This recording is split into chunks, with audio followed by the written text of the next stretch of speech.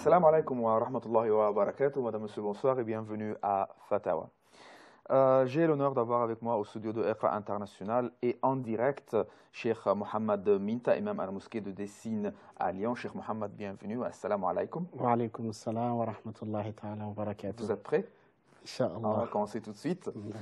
Mais avant de commencer, chers téléspectateurs, je vous rappelle que si vous avez des questions, n'hésitez pas à nous contacter par téléphone sur le 00202 33 88 75 90, soit sur l'autre numéro, toujours 002 33 88 75 91, par Skype Iqra Fatawa, par email fatawa@iqra.com, facebook.com/iqrafrench et enfin par Twitter @iqra-tv France. Alors, chers téléspectateurs, on va saisir cette occasion pour parler aujourd'hui d'un thème très important en attendant vos questions pour vous répondre. J'ai quand même reçu plusieurs questions durant ces 2 derniers jours. On va, Inch'Allah, les traiter tout de suite. Mais avant de commencer, on va parler d'un thème très important. Nous allons parler du bon musulman, le comportement du bon musulman. Que veut dire être un bon musulman? Comment être bon musulman? Quelles sont les caractéristiques du bon musulman? Son comportement vis-à-vis de Allah, subhanahu wa ta'ala, vis-à-vis de ses frères, vis-à-vis des non-musulmans aussi. Nous allons parler de tout ce qui a rapport avec le thème d'être un bon musulman. Alors, Cheikh Mohamed, par où on va commencer? Est-ce par la définition du bon comportement, ou bien du bon musulman? Bismillahirrahmanirrahim. Alhamdulillahi Rabbil Alameen. Wassalatu wassalamu ala ashrafil anbiya'i wal mursalin sayyidina Muhammadin wa ala alihi wa sahbihi wa sallim taslima. Subhanaka Allahumma la ilma lana illa ma 'allamtana innaka antal alimul hakim. Allahumma faqihna fi dinina ووفقنا للعمل بما علمتنا وزدنا علما وارزقنا الإخلاص في القول والعمل برحمتك يا أرحم الراحمين يا رب العالمين. Chers frères et sœurs, chers téléspectateurs et téléspectatrices, assalamu alaikum wa rahmatullahi ta'ala wa barakatuh. Donc en fait, il faut savoir pour définir qu'est-ce qu'un bon musulman. Bon, comme vous le savez, l'islam est une foi, une pratique, une spiritualité et un mode de vie. Donc, le musulman qui a une croyance, une foi saine, donc la foi, le prophète sallallahu alayhi wa sallam nous a défini dans le hadith Jibril par les 6 fondements de la croyance, qui est le fait de croire en Allah, en ses anges, en ses livres, en ses messagers, au jour du jugement dernier, à la prédestination, le bien comme le mal. Donc ça, c'est au niveau, les fondements de la croyance en islam. Donc s'ajoute à cela d'autres choses, le fait de croire tout ce qui va se passer au jour du jugement dernier, et le fait de croire aux attributs d'Allah subhanahu wa ta'ala. Donc ça fait partie de ce qu'on appelle la croyance. Ensuite, il y a la pratique. Ouais. La pratique, on peut le définir par le fait de pratiquer les 5 piliers de l'islam. C'est le fait d'attester l'attestation de la foi, d'accomplir 5 prières quotidiennes, de s'acquitter de zakat, de jeûner le mois de Ramadan, d'aller faire le pèlerinage si on a le moyen. Donc ça, ce sont les fondements de pratique. Ensuite, il y a la spiritualité. La spiritualité, c'est le fait de vivre intensement sa foi, comme si réellement, alors qu'on voit les éléments de la foi, ce sont des choses qui sont inaccessibles à nos sens, mais on va les vivre d'une manière intense, comme si c'est quelque chose de palpable. Le prophète sallallahu alayhi wa sallam, il est défini dans le hadith Jibril que tu adores Allah comme si tu le voyais. Certes, si toi tu ne le vois pas, lui il te voit. Donc en fait, réellement, les fondements de la foi, ce sont des choses qui sont inaccessibles à Allah, sans croire en Allah. On ne peut pas voir Allah subhanahu wa ta'ala dans cette vie. Le croire au jour du jugement dernier, tout ce qui va se passer au jour du jugement dernier, c'est inaccessible à nos sens. Mais on va les vivre d'une manière intense, comme si on l'a déjà vu avec nos propres yeux. Donc c'est ça que j'appelle la spiritualité. Ensuite, l'islam, c'est un mode de vie. C'est-à-dire, l'islam a défini des règles de vie, une conduite que le musulman doit avoir dans sa vie de tous les jours. Donc, le fait de respecter tous ces éléments, avoir une foi profonde, une foi saine, avoir une pratique correcte, avoir une spiritualité, avoir, comment dirais-je quoi, une conduite de vie et des règles de vie que l'islam impose, donc on devient ainsi un bon musulman. Oui. Mais il faut savoir, le prophète sallallahu alayhi wa sallam, dans plusieurs hadiths, le prophète lui-même, il nous résume sa mission en ces termes. Innama bu'ithtu li utammima makarim al-akhlaq. Je n'étais envoyé que pour parachever les nobles caractères. Ce hadith, il est rapporté par Bayhaqi et aussi il est rapporté par Tammam dans son Fawaïd et ainsi de suite. Donc, le prophète sallallahu alayhi wa sallam résume sa mission de dire « Je n'étais envoyé que pour parachever les nobles caractères ». Donc, cela nous montre qu'en islam, les nobles caractères et le bon comportement ont une place très, très, très importante. Donc, ça veut dire le musulman, la foi des musulmans ne se mesure pas par la longueur de sa barbe, ni par la largeur de son foulard ou bien son hijab, mais la foi des musulmans, on peut dire, les critères d'évaluation de la foi, c'est surtout le comportement. Très bien. Le comportement vis-à-vis d'Allah subhanahu wa ta'ala et le comportement vis-à-vis de nos semblables. Donc j'ai dit nos semblables, c'est-à-dire les êtres humains, qu'ils soient musulmans ou pas. Ouais. Le comportement vis-à-vis de nos semblables et le comportement vis-à-vis de la création, les créatures d'Allah subhanahu wa ta'ala. Donc le fait d'arriver à avoir un meilleur comportement vis-à-vis d'Allah, vis-à-vis de nos semblables, vis-à-vis de la créature, c'est ça qui fait qu'on peut juger telle personne un bon musulman. Le prophète sallallahu alayhi wa sallam nous dit, dans un hadith rapporté par l'imam Ahmad, Abu Daoud et d'autres, le prophète sallallahu alayhi wa sallam nous dit « Akmalul mu'minina imanan, ahsanuhum khuluqa, wa khiyarukum li ahli, wa ana khayrukum li ahli » Le prophète sallallahu alayhi wa sallam nous dit « Le croyant le plus accompli dans la foi, les croyants le plus accompli dans la foi est qui? Celui qui prie le plus, celui qui jeûne le plus, celui qui fait plus de moi? Non. Le prophète sallallahu alayhi wa sallam nous dit, le croyant le plus accompli dans la foi est celui qui a le meilleur comportement. Le meilleur parmi vous sont ceux qui sont meilleurs avec leur famille. Moi, je suis celui d'entre vous qui est le meilleur avec ma famille. Donc, le prophète sallallahu alayhi wa sallam dit, le croyant le plus accompli dans la foi est celui qui a le meilleur comportement.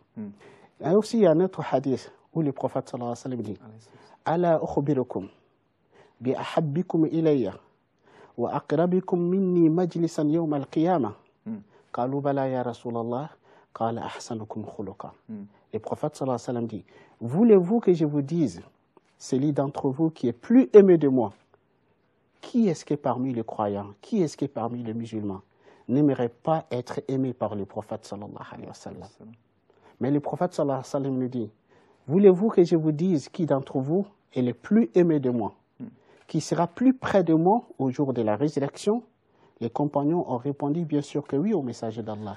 Il dit, celui d'entre vous qui a le meilleur comportement.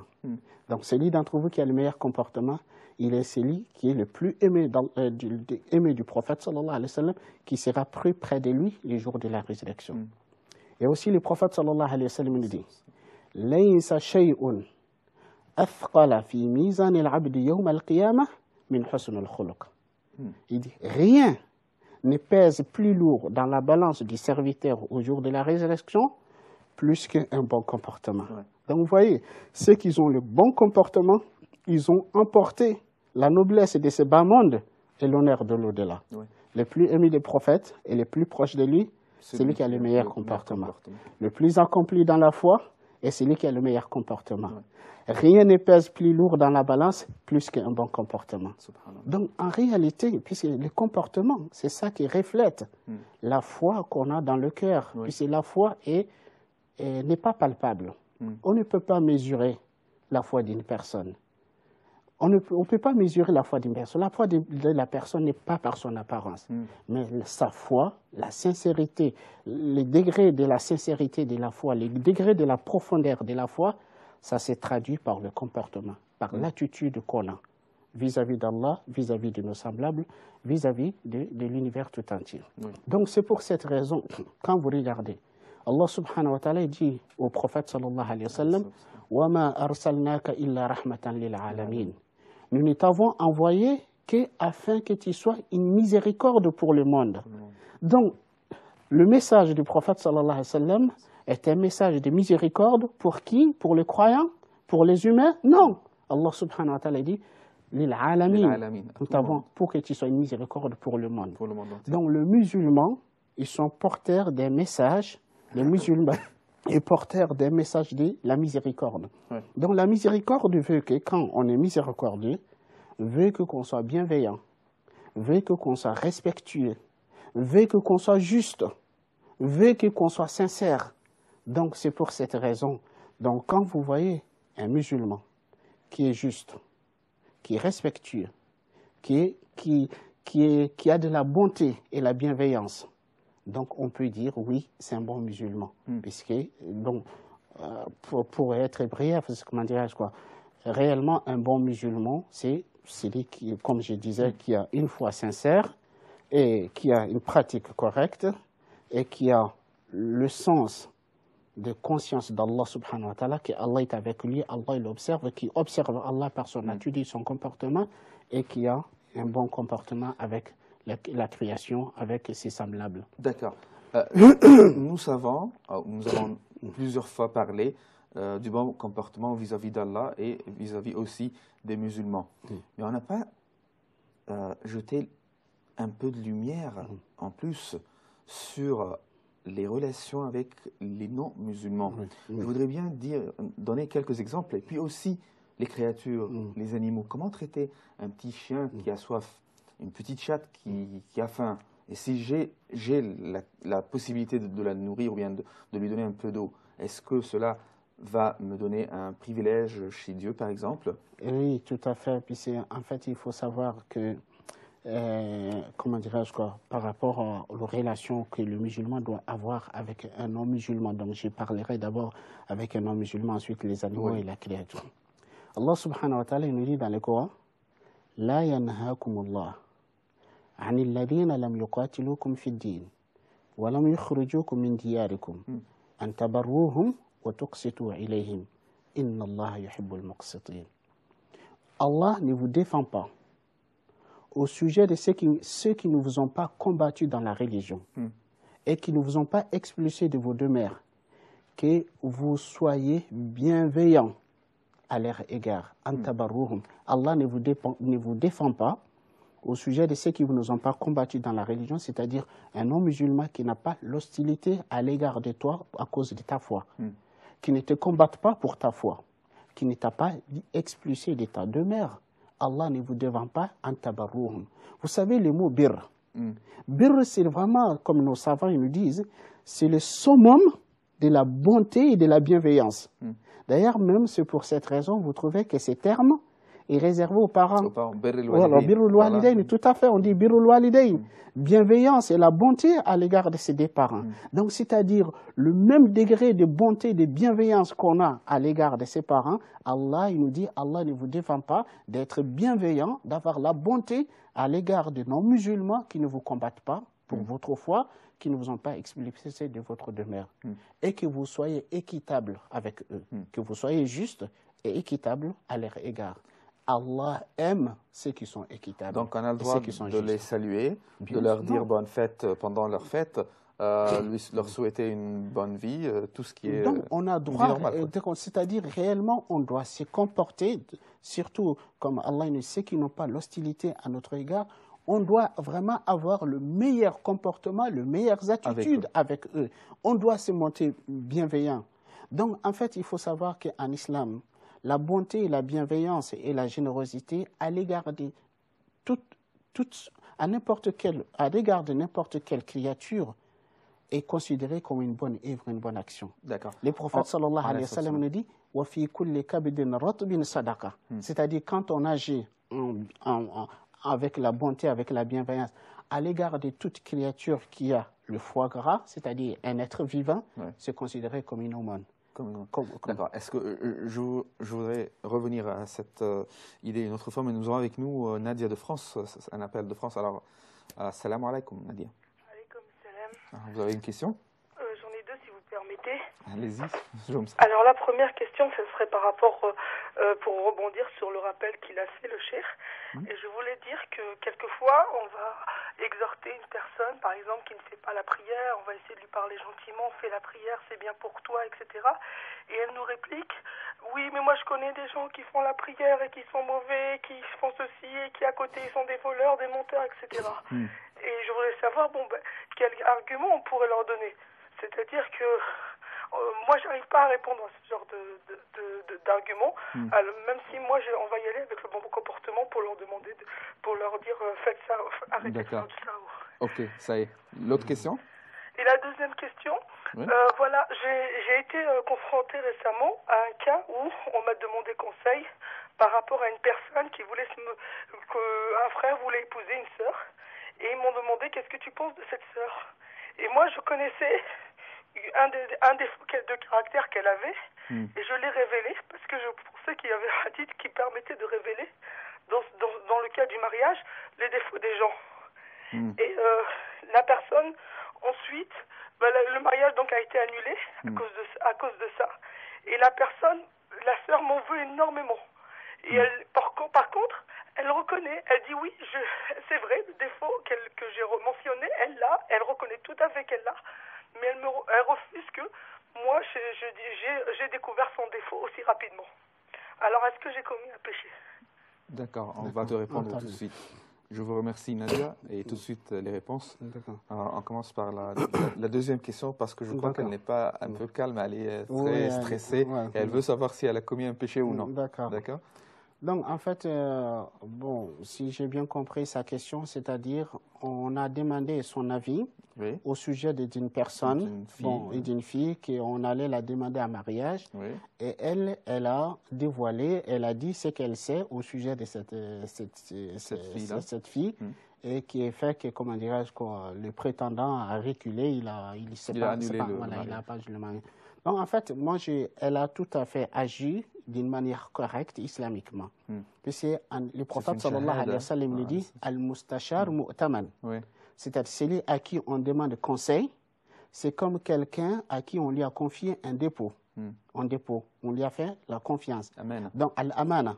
Donc, si il ne dit pas la vérité, il a trahi al-amana. Ça serait une trahison, le fait de ne pas dire. Donc, en fait, il faut savoir que en matière, quand on vient demander votre avis au sujet de quelqu'un pour un avis de mariage, là, vous devrez dire la vérité de ce que vous savez.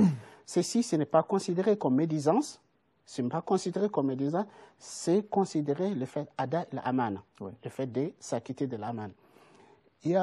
On rapporte que Bilal, le compagnon du prophète sallallahu alayhi wa sallam, radiyallahu anhu, un jour, il y a quelqu'un qui vient voir Bilal, qui lui dit « Bilal, j'aimerais bien que tu m'accompagnes dans telle famille pour demander leur fille en mariage. » En fait, il savait bien que Bilal, les compagnons, ils avaient beaucoup d'estime pour Bilal, ils aimaient bien Bilal. Donc, il s'est dit, si je suis accompagné par Bilal, on ne va pas me refuser la demande. Donc, il est allé voir Bilal, je veux que tu m'accompagnes dans telle famille puisque je vais demander leur fille en mariage. Bilal, il a dit d'accord, il n'y a pas refusé. Mais Bilal, il est allé voir la famille auquel il va les demander.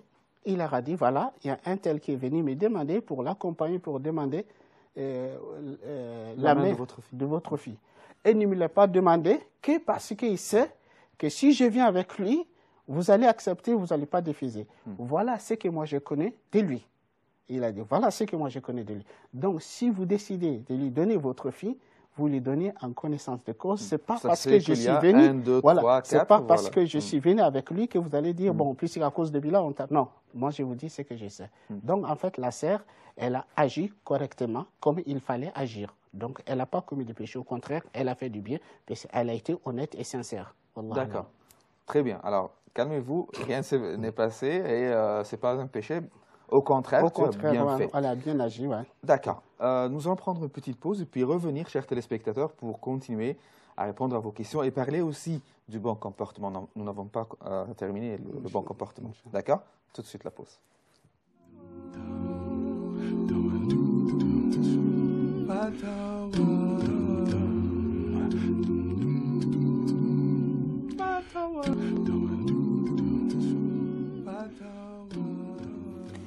Bienvenue de nouveau, chers téléspectateurs. Nous sommes avec vous en direct de Studio de Iqra International, comme vous le voyez, et nous attendons toujours vos questions par téléphone, Skype, email, Facebook, n'importe quoi, n'importe quel autre moyen, mais il s'agit toujours de répondre à vos questions, Inch'Allah.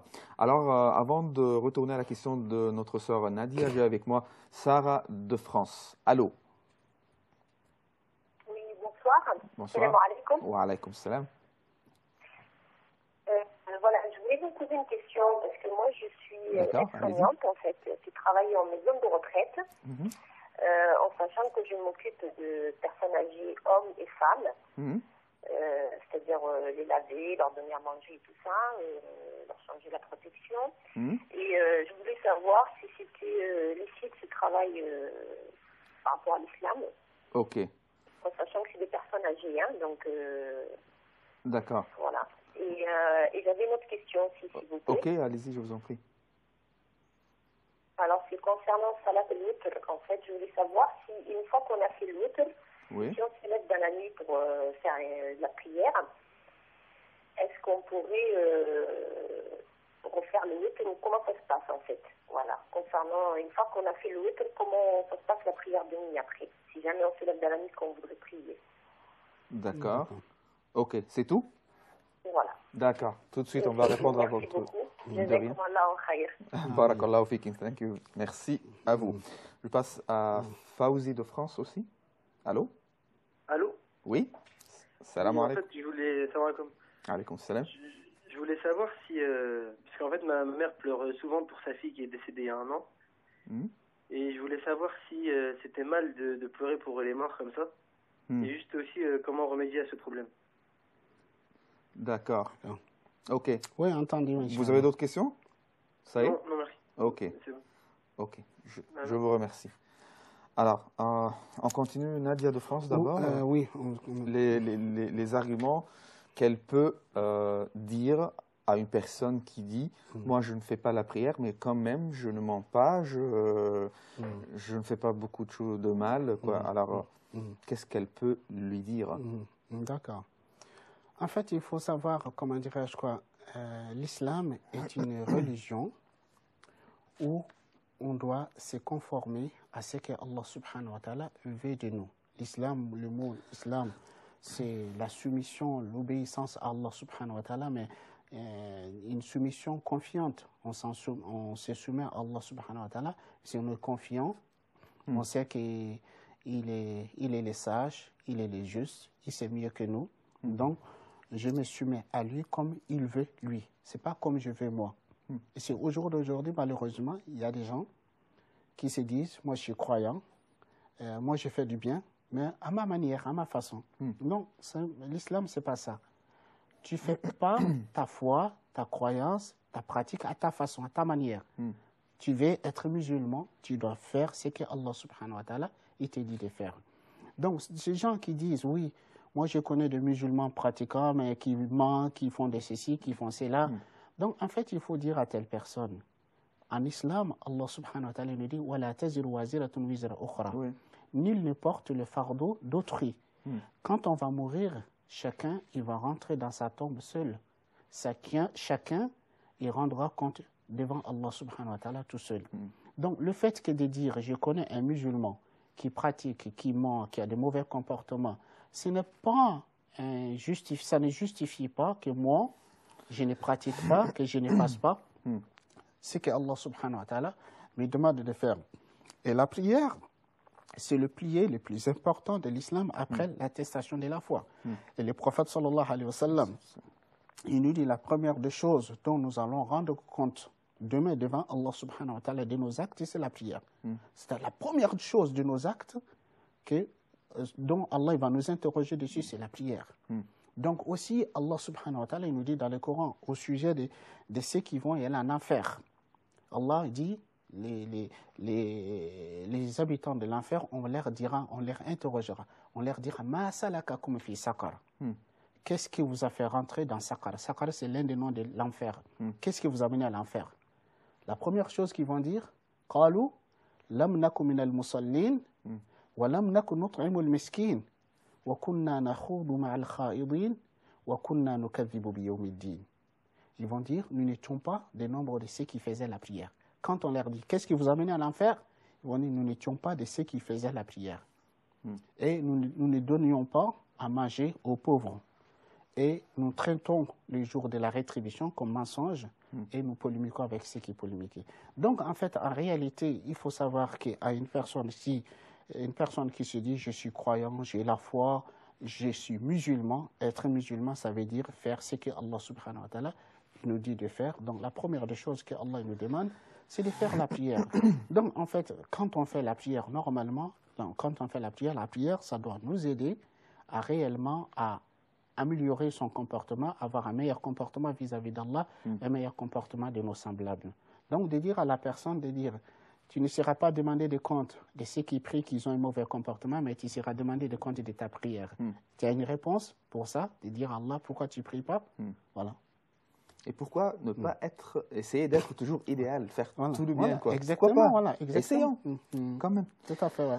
D'accord, je passe à la question, une des questions de Sarah de France.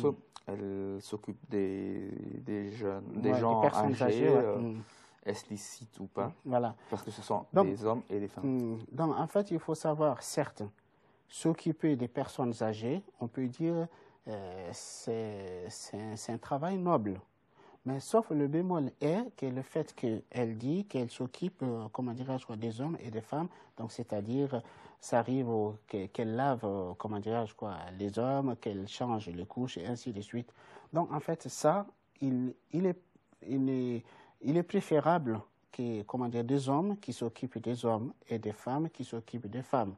Donc si jamais, comment dirais-je, dans son travail, quelquefois, elle est contrainte, elle n'a pas autre choix, on peut dire, comment dirais-je, Allah alam peut-être, comment dirais-je, En tout cas, ce qui est préférable, qu'elle, en tant que femme, qu'elle ne lave pas, comment dirais-je, des hommes, même si c'est des personnes âgées, quoi. Voilà, ce qui est préférable.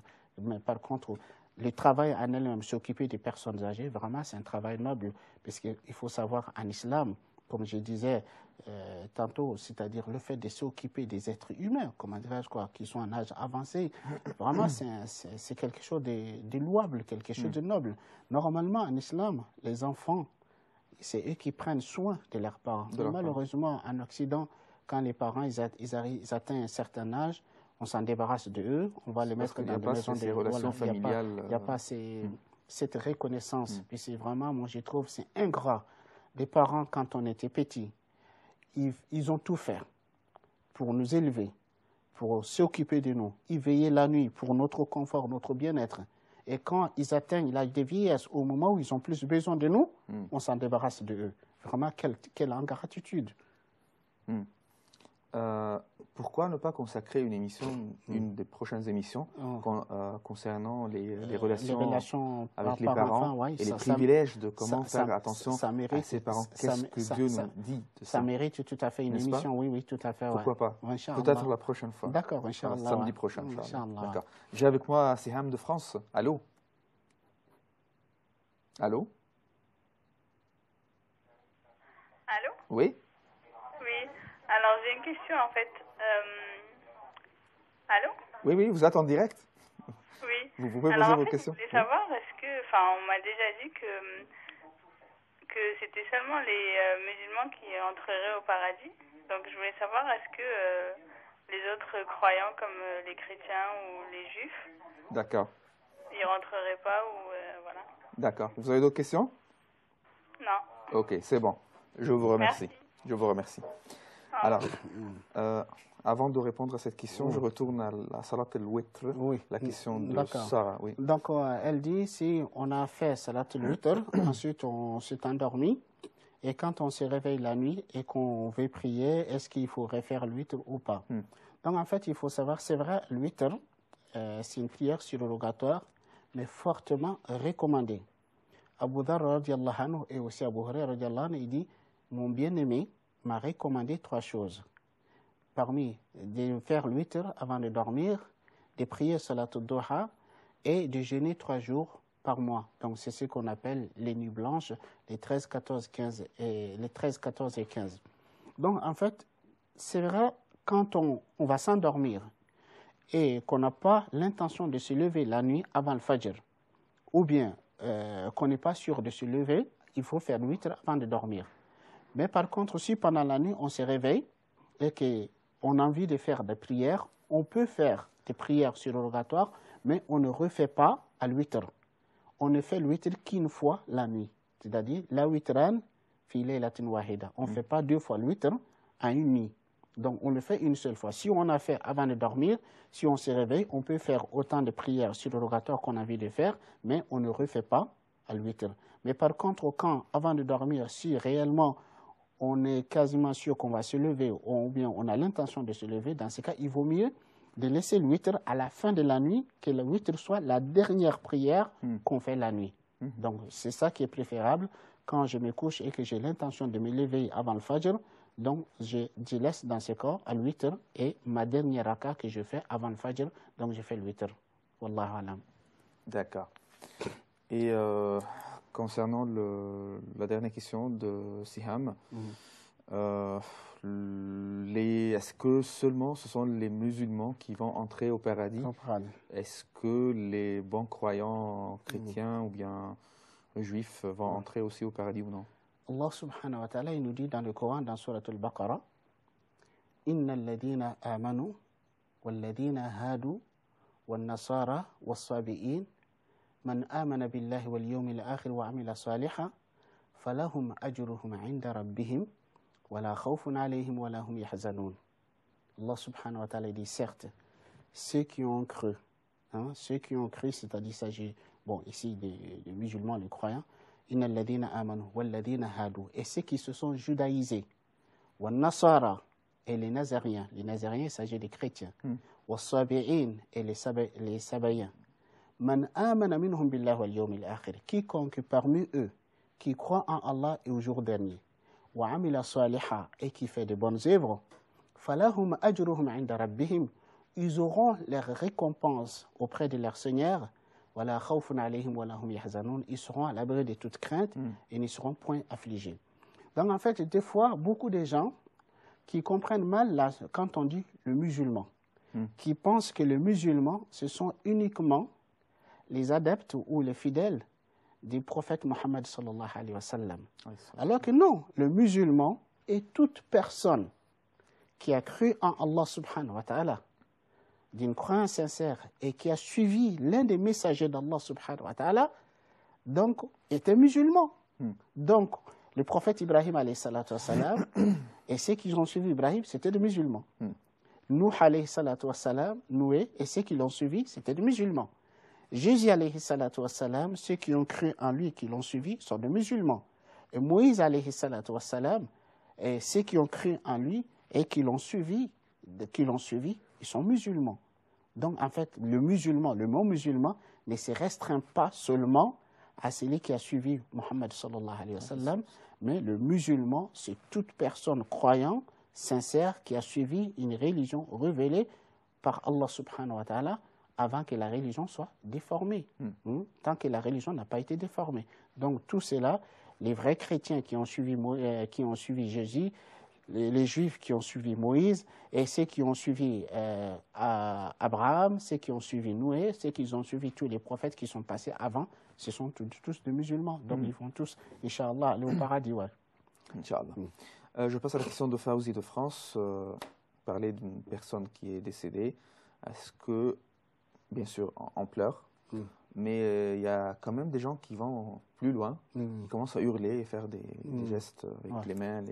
Oui. Est-ce halal? Donc, en fait, il faut savoir, comment dirais-je, quand il y a un décès, quand il y a la mort, certes, c'est un moment douloureux. C'est un moment douloureux, on est touché par la tristesse, mais en aucun cas, le musulman, le croyant, qui a une foi sincère, qui a confiance en Allah subhanahu wa ta'ala, doit s'opposer au décret d'Allah subhanahu wa ta'ala. Il ne doit pas accepter ce qu'Allah a décidé. Non. Le musulman, le croyant, on doit accepter ce qu'Allah subhanahu wa ta'ala décide. Cependant, le fait d'accepter, ça ne veut pas dire qu'on va rester comme une pierre insensible. Non, on est des êtres humains. On est sensible. Donc, le prophète sallallahu alayhi wa sallam, le jour où son fils Ibrahim est décédé, le prophète a versé des larmes. Et les compagnons, quand ils ont vu ça, ils ont dit, oh messager d'Allah, même toi, tu pleures. Il a dit, ça, c'est une miséricorde que Allah met dans le cœur de qui il veut parmi ses serviteurs. Allah ne fait miséricorde qu'à ceux qui sont miséricordieux. Ensuite, le prophète sallallahu alayhi wa sallam dit, certes, le cœur s'attriste, les yeux versent des larmes, mais nous ne disons que ce qui plaît à Allah subhanahu wa ta'ala. Certes, Ibrahim, le fait que tu viennes nous quitter, ça nous rend triste. Donc, le fait qu'on soit triste, puisqu'on venait de perdre quelqu'un qui nous est cher, c'est tout à fait normal, mais cependant, on ne doit pas se lamenter, on ne doit pas crier, on ne doit pas se taper la joue, on ne doit pas se déchirer des affaires, on ne doit pas rester dans cette tristesse pendant des années, non. Ça, c'est, en quelque sorte, c'est comme si on n'a pas accepté le décret d'Allah subhanahu wa ta'ala. Une fois, le prophète sallallahu alayhi wa sallam, il passait près d'une tombe. Il y avait une dame qui était en train de pleurer sur la tombe. Le prophète sallallahu alayhi wa sallam dit, ô dame, crains Dieu et sois patient. Ô dame, crains Dieu, sois patient. Et la dame, elle dit au prophète sallallahu alayhi wa sallam, va-t'en. Il n'était pas arrivé ce qui m'est arrivé. Le prophète sallallahu alayhi wa sallam, il a laissé, il est parti. Après, les gens, ils sont venus vers la dame, ils ont dit, mais tu sais qui est-ce qui t'a parlé? Elle a dit, non, je ne savais pas. On lui dit, mais c'était le messager d'Allah, c'était le prophète sallallahu alayhi wa sallam. Elle a couru derrière le prophète sallallahu alayhi wa sallam. Elle a dit au prophète, je ne savais pas que c'était toi. Je ne savais pas que c'était toi. Le prophète sallallahu alayhi wa sallam dit, innama as-sabru 'inda sadmatil ula. Il dit, la patience, c'est surtout au moment où on reçoit le choc. Faire preuve de la patience, c'est patienter le moment où on reçoit le choc. Donc, en fait, quand il nous arrive ce genre de choses, quand on patiente, on aura la récompense d'Allah subhanahu wa ta'ala. Et le fait de se lamenter, le fait de pleurer, ça ne ramènera pas le défunt à la vie et on perdra la récompense auprès d'Allah. Allah subhanahu wa ta'ala, il nous dit dans le Coran, وَلَنَبْلُوَنَّكُمْ بِشَيْءٍ مِنَ الْخَوْفِ وَالْجُوعِ وَنَقْصٍ مِنَ الْأَمْوَالِ وَالْأَنفُسِ وَالثَّمَرَاتِ وَبَشِّرِ الصَّابِرِينَ الَّذِينَ إِذَا أَصَابَتْهُمْ مُصِيبَةٌ قَالُوا إِنَّا لِلَّهِ وَإِنَّا إِلَيْهِ رَاجِعُونَ أُولَئِكَ عَلَيْهِمْ صَلَوَاتٌ مِنْ رَبِّهِمْ وَرَحْمَةٌ وَأُولَئِكَ هُمُ الْمُهْتَدُونَ. Allah subhanahu wa ta'ala dit, certes, nous vous éprouverons par la famine, la diminution de vos biens et de vos récoltes et des âmes, c'est-à-dire des proches et des âmes. Et annonce la bonne nouvelle aux endurants. Annonce la bonne nouvelle aux endurants, aux patients. Qui, lorsqu'il leur arrive un malheur, il dit, à Allah nous appartenons, c'est vers lui que nous retournerons. Ceux-là auront la bénédiction de leur Seigneur. Et une miséricorde. Ceux-là sont les bien guidés. Donc normalement, le musulman ou la musulmane, quand il nous arrive ce genre de situation, c'est de dire Inna lillahi wa inna ilayhi raji'un et vraiment d'accepter, comment dirais-je, la volonté d'Allah subhanahu wa ta'ala, des décrets d'Allah et faire dua pour nos défunts. Donc c'est ce qui nous est demandé. Mais c'est lamenter, pleurer tout au long d'une année ou je ne sais pas, plusieurs années, ça vraiment, comment dirais-je, c'est en quelque sorte, c'est comme la personne n'a pas accepté le décret d'Allah subhanahu wa ta'ala, alors que le fait de ne pas accepter, ça ne changera rien. Ça ne changera rien. Donc plutôt, il faut accepter. C'est la volonté de Dieu. Et aussi, il y a une chose, puis c'est très souvent, il y a beaucoup de gens qui pensent que la mort est un malheur. Mais en réalité, la mort n'est pas un malheur. Puisque la mort est un malheur selon notre vision, nous. Mais dans la réalité, la mort n'est pas un malheur. Puisque un croyant est supposé que l'être le plus aimé de lui, c'est Allah subhanahu wa ta'ala. Et tout amoureux, tout amant, le moment qu'il attend impatiemment, c'est la rencontre de l'être aimé. Bien sûr. Donc, si on sait qu'on n'a pas d'autre moyen, d'autre possibilité de rencontrer le bien-aimé que par la mort devient aimé de nous. Donc, de même aussi, tout croyant, son souhait le plus ultime, c'est le fait d'avoir l'accès au paradis, le fait d'avoir l'agrément d'Allah subhanahu wa ta'ala. Si on sait qu'on n'a pas l'accès au paradis, on n'a pas l'accès à l'agrément d'Allah subhanahu wa ta'ala qu'à travers la mort, on va aimer la mort. Donc, en fait, la mort, ce n'est pas un malheur. La mort, elle est libératrice pour un croyant. C'est pour cela que le prophète sallallahu alayhi wa sallam nous dit que ad-dunya sijnul mu'min. Il dit, ce bas monde, c'est la prison pour le croyant, pour un croyant. Donc, est-ce que vous avez jamais vu un prisonnier qu'on vient lui dire tu vas sortir de la prison ou bien tu vas rester et qui va dire je préfère rester? Non. Non. Même dans les films. Voilà. Donc, voilà. Donc, en fait, en réalité, la mort, ce n'est pas un malheur, surtout pour un bon croyant. Au contraire, la mort, comment dire, c'est libératrice. Ouais. Ouais. Laissons la mort un peu et retournons de nouveau à la vie, au bon comportement du musulman. D'accord. Oui. Mais avant d'entrer dans les détails, nous avons Khadija de France. On va prendre cette question d'abord. Allô, assalamu alaikum. Allô, salam alaikum. Wa alaikum salam wa rahmatullahi wa barakatuh. Je peux poser 2 questions, Cheikh, s'il vous plaît? Oui, bien sûr. Donc voilà, en fait, je voulais juste savoir l'explication d'une ayah dans la sourate qui dit At-tayyiboun lit-tayyibat wal-khabitoun lil-khabitat. Donc, juste pour savoir, par exemple, une femme qui est pieuse et correcte et tout, et elle tombe sur un mari voilà, qui est violent, qui fait pas sa prière. Est-ce que ça s'applique sur ces... C'est pour ça que... Voilà, normalement, taïboul et taïbet, mais là, la femme, elle est pieuse, elle est correcte, et elle tombe sur quelqu'un qui n'est pas bien. Donc, juste pour m'expliquer par rapport à ça. Vous voulez demander quelque chose concernant cette question? Non, c'est bon. C'est bon, d'accord. Ok, l'autre question? La deuxième question, s'il vous plaît. Oui. Oui, allez-y. En fait, j'ai une collègue... voilà, française, et je parlais avec elle de notre religion qui est l'islam, et en fait elle a une mauvaise vue de notre prophète sallallahu alayhi wa sallam. Donc elle pense que le fait qu'il s'est marié avec Sayyidina Aïcha 9 ans et tout ça, donc elle a traité d'un nom que je veux pas prononcer sur notre prophète Habibina Muhammad sallallahu alayhi wa sallam.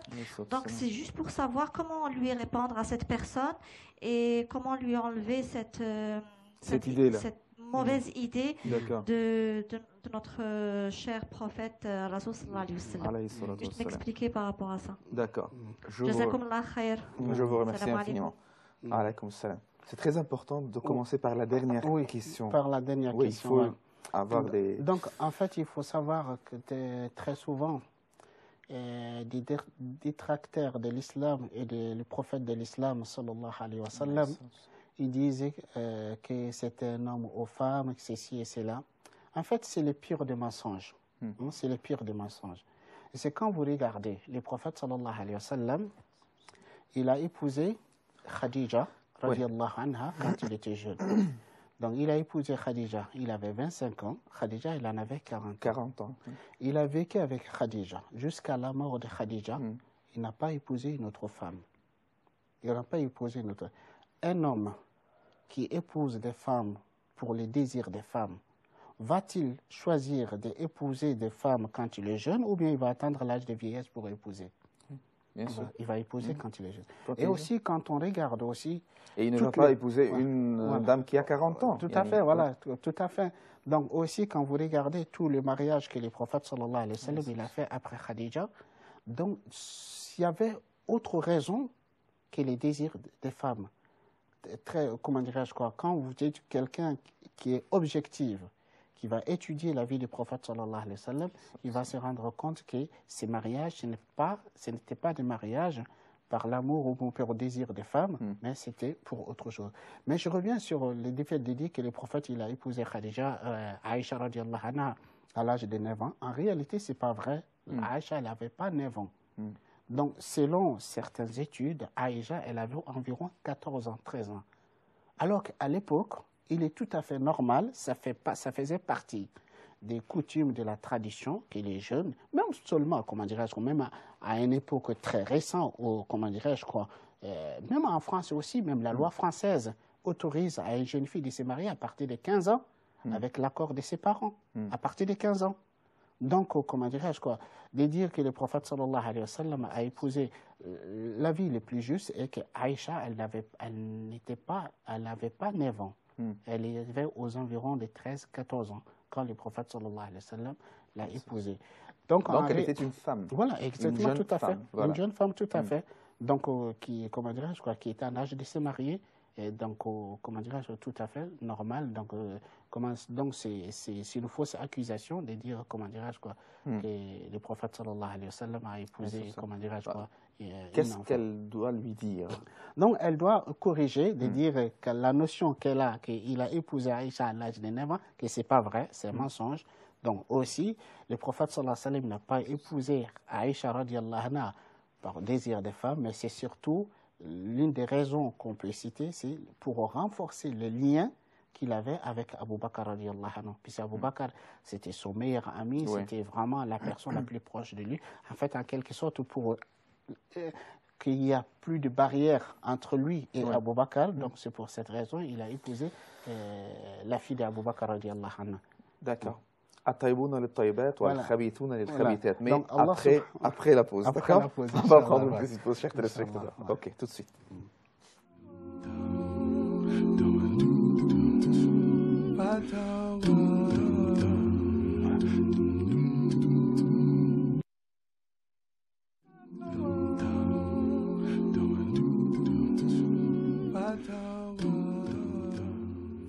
Bienvenue de nouveau, chers téléspectateurs. Nous sommes avec vous en direct des studios de Iqra International. Et avant de continuer vos questions et de répondre à vos questions, vous avez quelque chose à dire concernant en fait, concernant le mariage du prophète sallallahu alayhi wa sallam avec Aïcha radiallahu anha. Donc aussi, il y a l'une des raisons le fait que le prophète a épousé Aïcha radiallahu anha. Donc, Allah subhanahu wa ta'ala, il a voulu qu'elle soit, puisque Aïcha, elle était jeune, très intelligente, elle va apprendre beaucoup des sciences dont le prophète sallallahu alayhi wa sallam il est envoyé pour transmettre. Elle va être en quelque sorte le conteneur, le récipient pour recevoir cette science, pour pouvoir transmettre plus tard, après la mort du prophète sallallahu alayhi wa sallam. Donc elle va jouer un rôle très important, dans la transmission du savoir légué par le prophète sallallahu alayhi wa sallam. Donc ça aussi, ça fait partie des sagesses, le fait que le prophète sallallahu alayhi wa sallam a épousé Aïcha radiallahu anha. Oui. D'accord, la question de At-Taïbouna lit-Taïbat ou Al-Khabithouna lil-Khabithat. Donc en fait, en réalité, ce verset Al-Khabithat lil-Khabithina wat-Tayyibat lit-Tayyibin. Donc ces versets de Surat An-Nur, c'est un verset qui vient à la suite de versets qui ont été révélés pour prouver l'innocence de Aïcha radiallahu anha. En fait, Aïcha, bon, comme ceux qui ont étudié la vie du prophète sallallahu alayhi wa sallam, vous savez bien qu'à un moment donné, elle a été accusée mensongèrement. Donc après, Allah subhanahu wa ta'ala, il va révéler des versets dans cette sourate An-Nur, sourate 24, pour prouver son innocence, pour prouver qu'elle était innocente, que ses accusations n'ont aucun fondement. Donc ensuite, Allah subhanahu wa ta'ala va dire Al-Khabithatu lil-Khabithin والخبيثون للخبيثات والطيبات للطيبين والطيبون للطيبات أولئك مبرؤون مما يقولون. Donc Allah subhanahu wa ta'ala dit les mauvaises femmes sont pour les mauvais hommes et les mauvais hommes sont pour les mauvaises femmes. Les femmes vertueuses sont pour les hommes vertueux et les hommes vertueux sont pour des femmes vertueuses. Et ceux-là sont exemptés de ce qui, en fait, les diffamataires disent. C'est-à-dire Allah subhanahu wa ta'ala dit Allah n'était pas à donner au prophète sallallahu alayhi wa sallam une mauvaise femme. Donc Allah subhanahu wa ta'ala n'était qu'à choisir pour le prophète sallallahu alayhi wa sallam des bonnes femmes, des femmes vertueuses qui conviennent à son statut, qui convient, comment dirais-je quoi, à son rang. Donc ce verset, ça parle surtout de ça. Donc c'est-à-dire de Allah subhanahu wa ta'ala, si jamais Aïcha radiallahu anha et l'accusation qu'on lui avait accusée était vraie, ça devrait être vrai, donc ça veut dire Allah il n'aurait pas choisi elle pour qu'elle soit une épouse pour le prophète sallallahu alayhi wa sallam. Donc en fait ces versets, ça ne veut pas dire que une femme vertueuse, pieuse aura forcément un mari pieux et vertueux. Donc, en réalité, bon, la sœur, elle pose des questions, elle dit, des fois, on trouve des femmes vertueuses et pieuses et qui sont avec des maris violents, des maris qui ne pratiquent pas. En fait, ça, c'est l'erreur de la femme et l'erreur des parents de la femme. Puisque le prophète, sallallahu alayhi wa sallam, nous dit,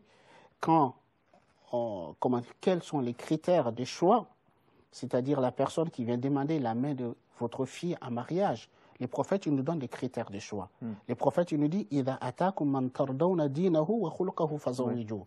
Donc, s'il vient demander votre fille en mariage, celui dont vous agréez sa religion, c'est-à-dire son attachement à la religion, وَخُلُقَهُ et son bon comportement, فَزَوِّجُوهُ, donnez-la lui en mariage. Donc, en fait, le parent, normalement, des parents qui ont veillé à donner une bonne éducation à leur fille, à l'éduquer, à l'élever dans la religion, normalement, on ne la donne pas en mariage à un homme qui ne pratique pas, à un homme qui a un mauvais comportement. Oui. On doit se renseigner sur cette personne avant de lui donner. Donc, en quelque sorte, le parent qui donne leur fille en mariage à des hommes qui ne pratiquent pas, à des hommes qui ont un mauvais comportement, ces parents trahissent l'amana qu'ils ont vis-à-vis de leurs enfants. Donc ça, c'est comment ce genre de choses, c'est l'erreur des parents ou bien même aussi de la fille qui accepte d'épouser tel homme. Okay. Voilà. Nous avons avec nous Warda de France. Je m'excuse pour le retard, Warda. Allô. Salam alaikum. Alaykoum salam. J'appelle en fait, c'est pour savoir parce que j'ai une personne de ma famille qui est décédée. Oui. Et en fait, c'était une personne très généreuse, très gentille, qui faisait pas de problème, pas d'histoire, une bonne personne. Et en fait, on voulait juste savoir si cette personne, elle croyait en Dieu, mais elle ne pratiquait pas la prière. Est-ce que, en fait, j'aimerais savoir si ces personnes-là qui ne font pas la prière sont vraiment, elles vont directement en enfer ou est-ce qu'elles ont une place au paradis quand même, en fait. J'aimerais bien savoir ça. D'accord. Vous voulez demander quelque chose? Non, je crois que la question elle est claire. Ouais. D'accord, ok. Merci à vous et tout de suite la réponse. Donc, en fait, il faut savoir que, bon, elle dit que cette personne, elle était généreuse, bon, mais elle ne pratiquait pas. Est-ce qu'elle va au paradis ou non? On ne peut pas savoir. Nul ne peut dire qu'un tel, il va au paradis ou un tel va en enfer. On ne peut le savoir que par le biais de la révélation. Et la révélation s'est arrêtée à la mort du prophète sallallahu alayhi wa sallam. On n'a plus de révélation. Mais c'est vrai, le fait de ne pas faire la prière, c'est un péché très très grave. C'est un péché très grave. Mais, comment dirais-je, on a beaucoup de textes venant du prophète sallallahu alayhi wa sallam qui menacent de châtiment de l'enfer une personne qui ne fait pas la prière. Mais il y a une chose qu'il faut retenir.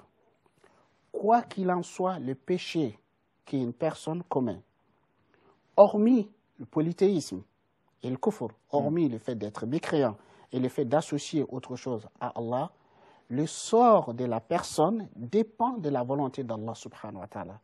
Si Allah il veut, il pardonnera à la personne.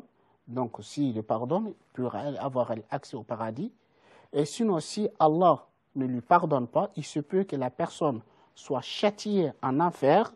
Après un jour, quoi qu'il en soit, il sortira de l'enfer pour aller au paradis. C'est-à-dire une personne qui meurt croyant, qui croit en Allah subhanahu wa ta'ala. Le prophète sallallahu alayhi wa sallam dit, il ne restera pas en enfer celui qui a le poids d'un atome de la foi dans son cœur. Le poids d'un atome de la foi. Donc c'est-à-dire une personne qui meurt croyant, qui avait la foi, même si elle passe en enfer, elle ne restera pas éternellement. Elle sortira un jour. Bon, il se peut aussi, comme j'ai dit, une personne, c'est-à-dire le seul péché que Dieu ne pardonne pas, c'est ashirk, le fait d'associer quelque chose à Allah. Que la personne meure en étant mushrik, en étant associateur, telle personne, Dieu ne lui pardonne pas, il va aller éternellement en enfer.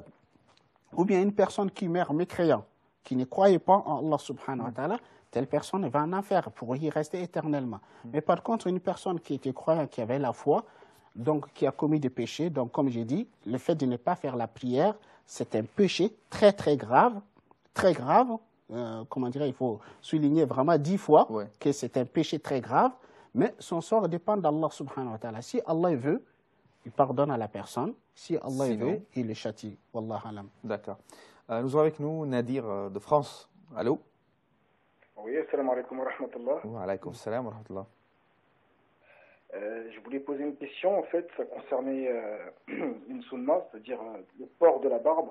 Je voulais savoir si c'était obligatoire ou si c'était préférable. Ok. Voilà. Ma deuxième question aussi, c'est au niveau du vote. Est-ce que c'est haram? Est-ce que c'est du shirk? Ou alors est-ce que comme un pays comme la France, on doit voter pour avoir de meilleurs droits, nous les musulmans? Le vote, les élections, le vote, ok. Voilà. Ok, tout de suite la réponse. Voilà, concernant la barbe. La barbe, les gens s'intéressent à la forme voilà, qu'au contenu.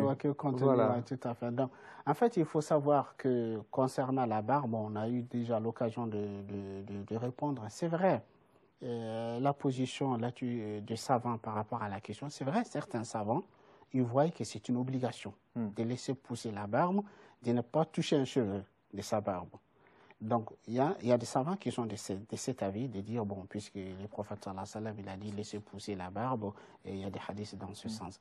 Il y en a d'autres savants qui disent, en fait, c'est comme le prophète sallallahu alayhi wa sallam, il a dit certaines choses, khamsun min al-fitra, donc 5 choses font partie de la nature innée, donc parmi lesquelles le prophète sallallahu alayhi wa sallam, il parle de le fait d'épiler les selles, de tailler les moustaches, de couper les ongles, ainsi de suite. Il dit, la barbe aussi, ça fait partie de ces traditions. Donc, ça fait partie de ces sunnah, c'est-à-dire la personne qui laisse pousser sa barbe pour suivre le modèle du prophète sallallahu alayhi wa sallam est récompensé, donc il est préférable, comment dirais-je quoi, dans ce sens, comment dirais-je quoi. Voilà. Donc, il y a ces deux. Il y en a qui le voient comme une obligation, qu'on doit laisser pousser la barbe sans rien toucher. Il y en a d'autres qui voient que c'est une tradition dont on est récompensé si on le fait, en suivant le modèle des prophètes sallallahu alayhi wa sallam. Donc, l'autre question qui est le vote. Est-ce que c'est haram ou bien c'est un shirk d'aller voter? Non, bon, moi je crois, comment dirais-je quoi, wallah alam, comment dirais-je quoi, je ne trouve l'avis d'aucun savant qui dit que le fait d'aller voter c'est shirk ou bien c'est kufr ou bien autre.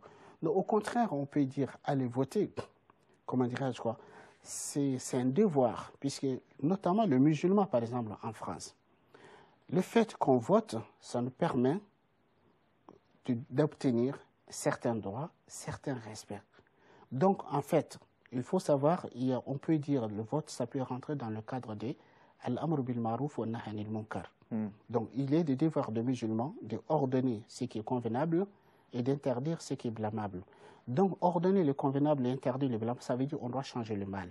Changer le mal, ça veut dire soit j'ai la possibilité de changer le mal radicalement, donc dans ce cas, je dois le changer, ou bien soit je n'ai pas en mesure de changer un mal radicalement, mais je peux atténuer, je peux diminuer du mal. Dans ce cas, je dois diminuer le mal. Donc, le fait de rester indifférent, de dire, moi, le vote, c'est haram, ceci, c'est là, bon, je ne vais pas voter, n'importe qui arrive, qu'il soit le maire, qu'il soit un député, tant pis, comment dirais-je, moi, j'ai pas... Est-ce que le shura n'est pas une sorte... Peut-on dire de vote? Bien sûr, bien sûr, comment dire, bon, shura, ça peut se pratiquer de différentes façons, de différentes manières. Donc, en fait, ce que j'ai envie de dire, par exemple, maintenant, si j'ai le choix entre deux personnes, j'ai entre le pire et le moins pire. Si je suis en mesure de faire que le moins pire qui passe, le fait de voter, si je laisse que le pire qui passe, dans ce cas, je commets des péchés. Je commets des péchés. Parce que j'étais en mesure de diminuer le mal, je n'ai pas fait. Ouais. D'accord. Nous avons avec nous Mina de France. Allô. Oui, allô, salam alaikum. Alaykoum salam. Alors, ma question, s'il vous plaît, ce serait concernant en fait le riba. Riba, d'accord. Voilà, le crédit immobilier en fait, et j'aurais souhaité savoir si c'était halal ou pas de contracter en fait un crédit immobilier. D'accord. Vous avez d'autres questions? Non. D'accord, c'est bon. Tout de suite la réponse.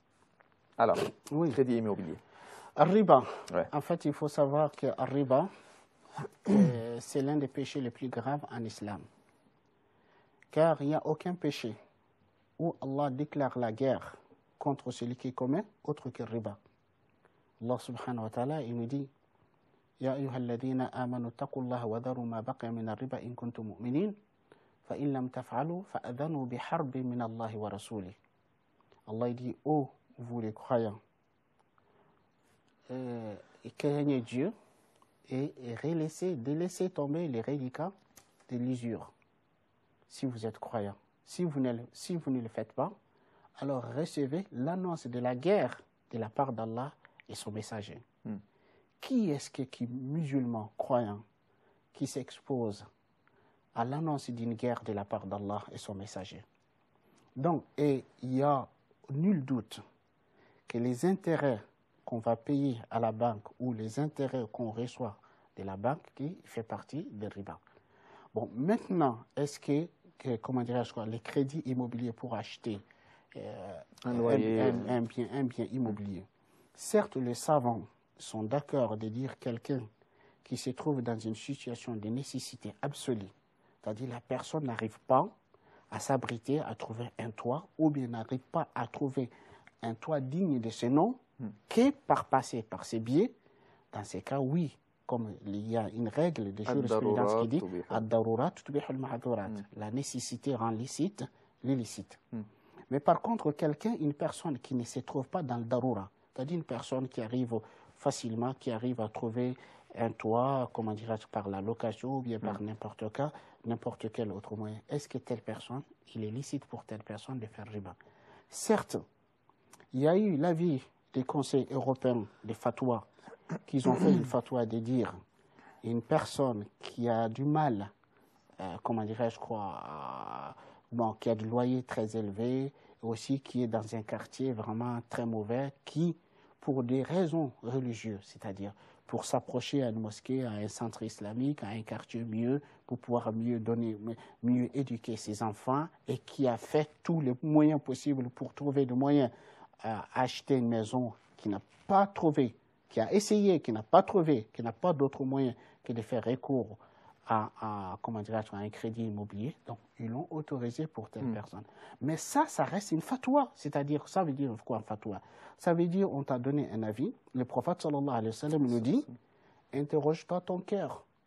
C'est-à-dire, même qui que ce soit, le plus grand savant du monde, s'il te donne une fatwa, c'est pas tu prends son fatwa, l'œil fermé, tu dis, bon, c'est bon, j'ai l'autorisation d'un tel, donc j'ai fait non.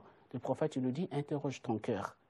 Donc, est-ce que toi, tu te considères dans une situation de dire, réellement, je fais tous les moyens possibles, je n'ai pas trouvé, je suis vraiment dans le besoin, et réellement, comment dire, et ton cœur est apaisé, en suivant cette fatwa, si ton cœur est apaisé, tu peux le suivre. Il n'y a aucun problème.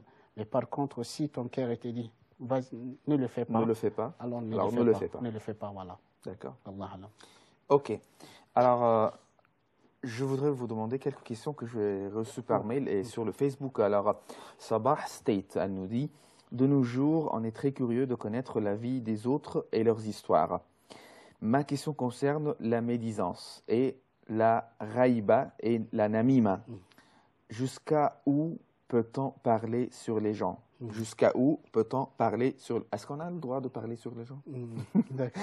Comment faire pour éviter de tomber dedans et surtout comment conseiller mon entourage vis-à-vis de ce péché? D'accord. Donc en fait, il faut savoir, on dit al-riba, c'est pas al-raïba. Al-raïba, ça veut dire l'absence, mais al-riba, ça veut dire médisance. Al-riba. Donc le prophète sallallahu alayhi wa sallam, il dit dans un hadith, Iyyakum wal-riba. Le prophète il dit, je vous mets en garde, méfiez-vous de la médisance. Qalu wa mal riba ya Rasulallah. Ils ont dit, qu'est-ce que ça veut dire le riba au messager de Dieu? Il dit, dhikruka akhaka bima yakrahu. Ou dhikruka akhaka fi ghaibati bima yakrah. Qalu afara'ayta in kana fi akhi ma aqul? Qala in kana fihi ma taqul faqad ikhtabta. Wa in lam yakun fihi faqad bahata. Le prophète il dit, je vous mets en garde, méfiez-vous de riba, de médisance. Ils ont dit, qu'est-ce que ça veut dire médisance au messager de Dieu? Il a dit le fait d'évoquer ton frère à son absence, des choses qu'il n'aimerait pas entendre. C'est-à-dire de parler de lui à son absence, de dire des choses sur lui à son absence, que lui, il n'aimerait pas entendre ça. S'il était présent, il ne serait pas content. Et les compagnons, ils ont dit, ô messager d'Allah, si ce que j'ai dit de lui, c'est vrai, si ce que j'ai dit à son sujet, c'est vrai, le prophète sallallahu alayhi wa sallam dit, si ce que tu dis est vrai, tu l'as médit. Si c'est faux, tu l'as calomnié. Si c'est ce que tu dis, un tel il a fait telle et telle chose, ou bien il est tel et tel, alors que c'est des mensonges purs, donc ça c'est de la calomnie. Donc Allah subhanahu wa ta'ala, il nous met en garde dans le Coran contre cette pratique. Et il nous donne une image affreuse, une image abominable. Allah subhanahu wa ta'ala nous dit وَلَا يَغْتَبْ بَعْضُكُمْ بَعْضًا أَيُحِبُّ أَحَدُكُمْ أَنْ يَأْكُلَ لَحْمَ أَخِيهِ مَيْتًا فَكَرِهْتُمُوهُ. Allah subhanahu wa ta'ala dit ne médisez pas les uns les autres. Ne vous médisez pas les uns les autres. Est-ce que l'un d'entre vous aimerait manger la chair de son frère mort alors que vous en avez l'aversion, vous les détestez? Est-ce que l'un d'entre vous aimerait manger la chair de son frère? C'est-à-dire, quand on parle d'une personne, à son absence, on dit de lui des choses qu'il n'aimerait pas entendre, on le fait mal la médisance. Et la médisance, c'est comme le fait de manger la chair humaine. C'est cannibalisme. C'est comme le fait de manger la chair de ton frère à son absence. Donc, la médisance, c'est un péché très, très grave. Ça fait partie des péchés capitaux. Donc en fait, pour ne pas tomber dans la médisance, il ne faut pas écouter la médisance. C'est-à-dire, la personne qui médit et la personne qui l'écoute, ils sont tous pareils dans le péché. C'est le fait d'être complice. C'est-à-dire, si une personne vient vers vous qui commence à parler de quelqu'un d'autre à son absence, soit vous dites à la personne, cesse, je n'ai pas envie d'entendre parler de ça, ou bien soit vous vous levez, vous partez, vous les laissez, vous ne l'écoutez pas. Mais si la personne la personne qui vient médire quelqu'un d'autre, et vous l'écoutez, vous ne dites rien, vous êtes aussi complice que lui. Vous avez autant de péchés que lui. Vous avez autant de péchés que lui. Donc, réellement, comment dire, la médisance, c'est quelque chose de très grave. Le prophète, sallallahu alayhi wa sallam, lui dit une chose. Il dit, le musulman qui défend l'honneur et la dignité de son frère à son absence, Allah les défendra contre le feu de l'enfer. C'est-à-dire, si quelqu'un qui veut parler de quelqu'un à son absence, vous dites non, arrête, cesse, vous défendez à son absence, Allah il vous défendra contre le feu de l'enfer. Donc, en fait, comment dirais-je quoi? Et aussi, quand on médit une personne, les personnes qui médient, en fait, la personne qu'on médit, en fait, on lui donne gratuitement nos hasanat, nos bonnes œuvres, nos bonnes actions. Donc, c'est-à-dire, la personne, vraiment, c'est manque d'intelligence. Le fait de médire quelqu'un, puisque quand la médisant, vous lui donnez, comment dirais-je, la personne que vous médisez, vous lui donnez ses hasanat. Si vous avez quelque chose à reprocher à une personne, soyez courageux. Allez vers la personne, vous allez dire, bien, puisque l'islam nous ordonne un nasiha. Le nasiha en islam, le fait de faire des conseils sincères, c'est un devoir à l'égard de tout musulman. Si vous avez quelque chose à rapprocher à une personne, on va lui voir, écoute, je t'aime en Dieu, tu as dit telle et telle chose, ou tu as fait telle et telle chose, voilà les conseils que moi je te donne. Là, ça c'est de l'honnêteté, de sincérité. Wallah alam. D'accord. Alors les gens qui prennent le café le matin avec les amis et sont en train de parler de Hatim ou de Cheikh de n'importe quel autre frère dans l'islam, ne faites pas ça, c'est de la namima et c'est de la riba, de la médisance. Alors nous allons prendre un petit break, nous n'allons pas faire de namima pendant le break, nous allons retourner tout de suite pour continuer ensemble la dernière partie de Fatawa.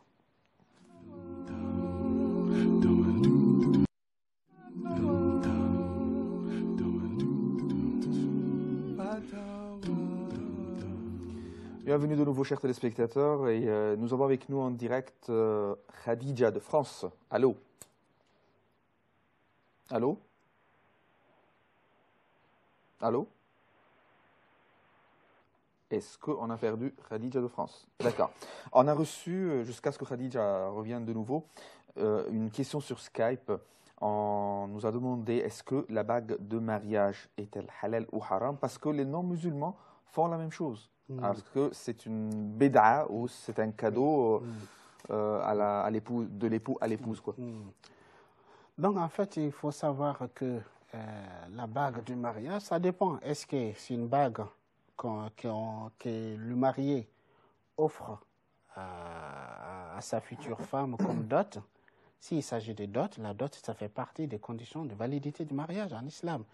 Le prophète sallallahu alayhi wa sallam, il a dit à cet homme qui voulait épouser une femme, le prophète sallallahu alayhi wa sallam, il lui demande, as-tu quelque chose à lui offrir?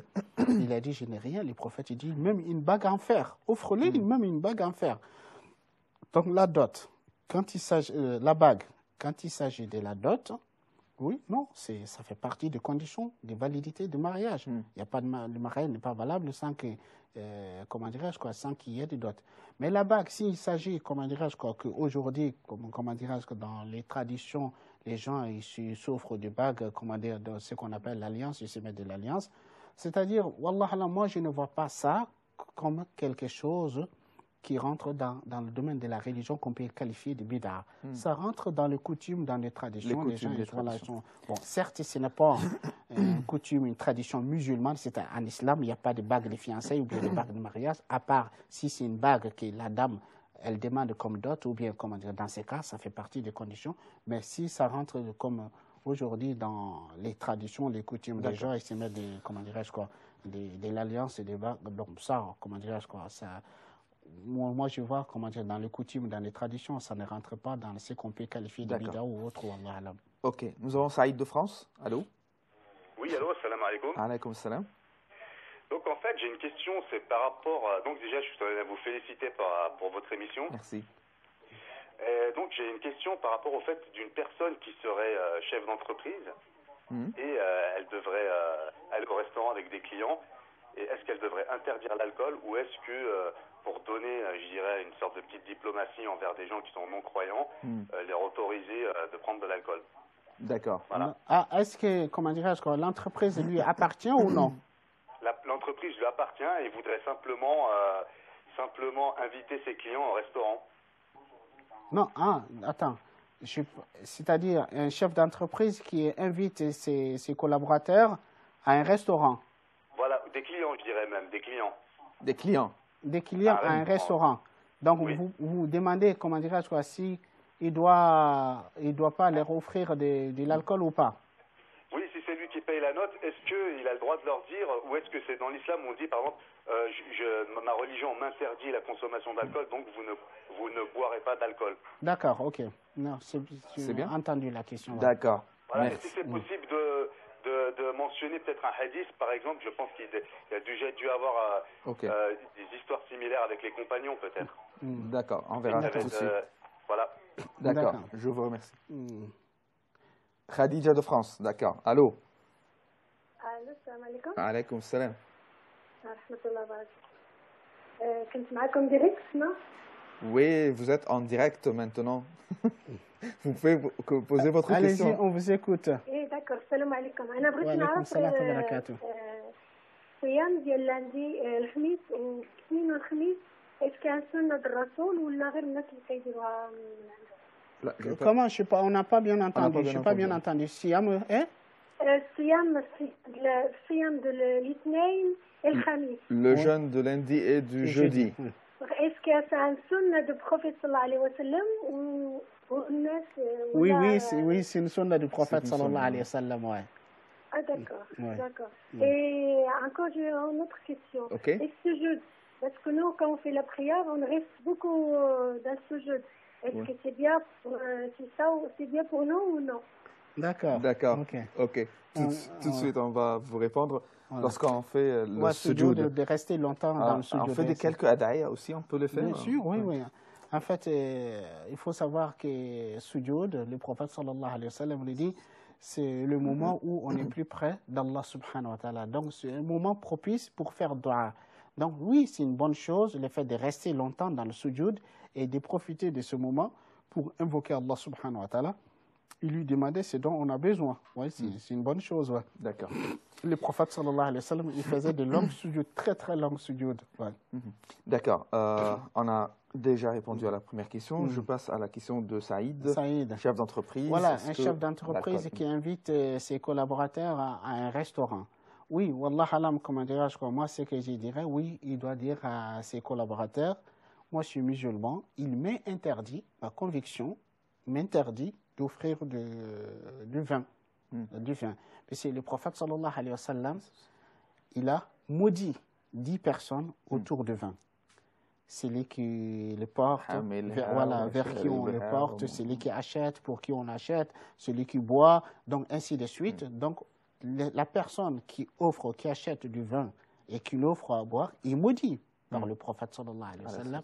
Donc, il est formellement interdit. Donc, pour répondre à sa question d'une manière brève, oui, si on peut inviter, comment dire, à ses collaborateurs, faire un bon geste, de dire, mais à l'avance, de leur prévenir, de dire, mais je ne vous payerai pas du vin, ou bien, comment dire, ça serait préférable de les amener dans un restaurant où il n'y a pas de vin. D'accord. Voilà.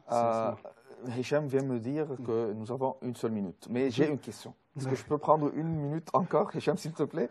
D'accord, ok, merci.